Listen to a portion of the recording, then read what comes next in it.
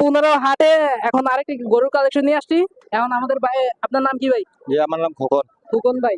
ফুকন ভাই, আজকে কয়টা গরু নিয়ে আসছেন? 35টা ভাই। 35টা গরু নিয়ে আসছে আজকে ফুকন ভাই। ভাই, গরুর কালেকশন দিতে বলতেন, এটা কি আপনার? জি জি, এটি আমার, এটি আমার, ওইটা ওইটা ওইটা আমার, ওই ওইখানে আছে? জি জি, এটি আমার। আচ্ছা, এটা এটা জাত কি ভাই?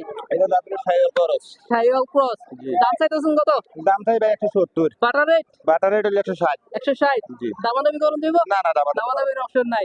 এটা ভাই আপনার এইটা 160। 160।